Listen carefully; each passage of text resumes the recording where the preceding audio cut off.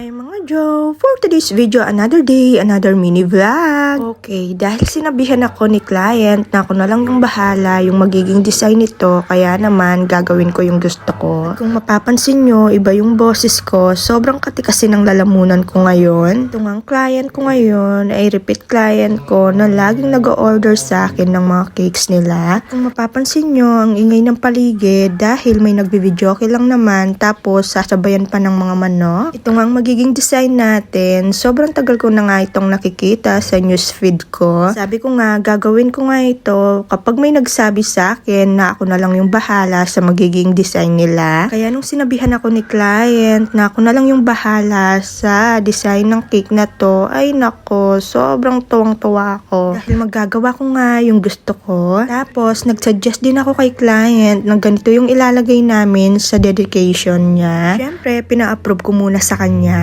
Dahil mahilig magsana all yung kapatid niya, kaya naman ganito yung naisipan ko. Hindi na lang pumayag si client. Fondant details nga yung ginamit ko dito. Matagal nga lang itong gawin, kaya dapat mahabang yung pasensya. Dahil wala naman akong no choice dahil napakapangit ng sulat ko. Kaya ito lang yung naiisip kong solusyon sa problema ko. Yay!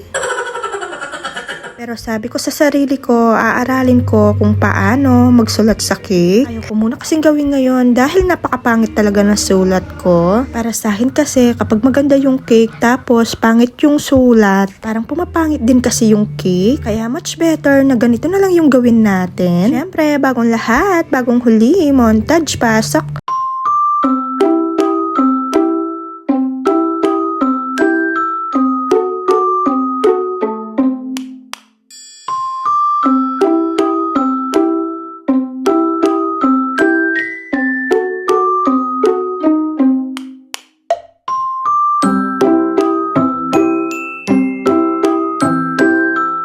Siyempre, hindi mawawala dito ang ating mahiwagang logo. Harapan ko na nga lang ito nilagay. Huwag niyong ipapakita ito sa mga ate nyo at kuya nyo. Tapos magsasana all kayo. Ay, Diyos ko, baka bilhan kayo. Naglagay na rin ako ng candle, tapos naglagay din ako ng mahiwagang logo natin sa may box. Katapos, nag-PM ako kay Magandang Dilag na kung pwede, samahan niya ako. Sabi ko nga, saglit lang kami dahil babatiin lang namin yung mahalagang person sa amin. Dito nga kami sa may Salanggi pupunta. Hindi na lang pumayag itong si Magandang Dilag kahit nag-work siya. Sabi ko nga, ipapakita lang namin yung presensya namin para mabati lang yung taong to. Kaya lang, tulog pa nga yung birthday girl natin. Ayan, kanang ko kasi yan, mamalayan ko na Hawak ka. Tatukan ko pa ibasa. So, apalagay pa na indakpan to ng dako. Lagi, sanatan niya po. Galawin niya! Baka vlog niya ka na rin cake! Galawin niya!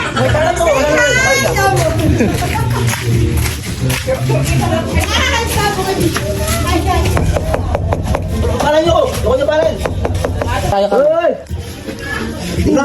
Birthday girl ay ni. Ilang yung cake? Oh? Basan niya. Nasa niya pa.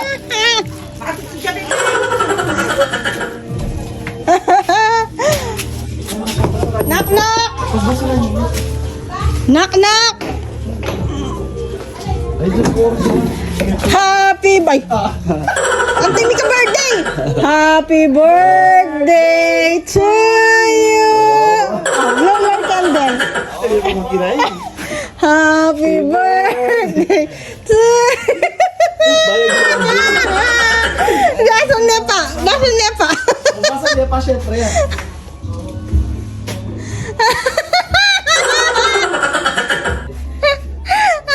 Ang ate Joy. Bayak ang ate Joy. Sinabi na. Nano? Hindi. Wah. Ay, ano yung basa?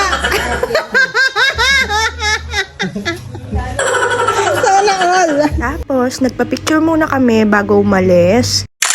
Ito nga yung nakalagay sa cake niya. Diyos ko, Trisha, alam mo na nga gipit tayo, nagsana all ka pa dyan. Well, happy birthday sa'yo. At isisingit ko na rin yung ginawa ko kanina. Size pala ng cake na to is 4x3.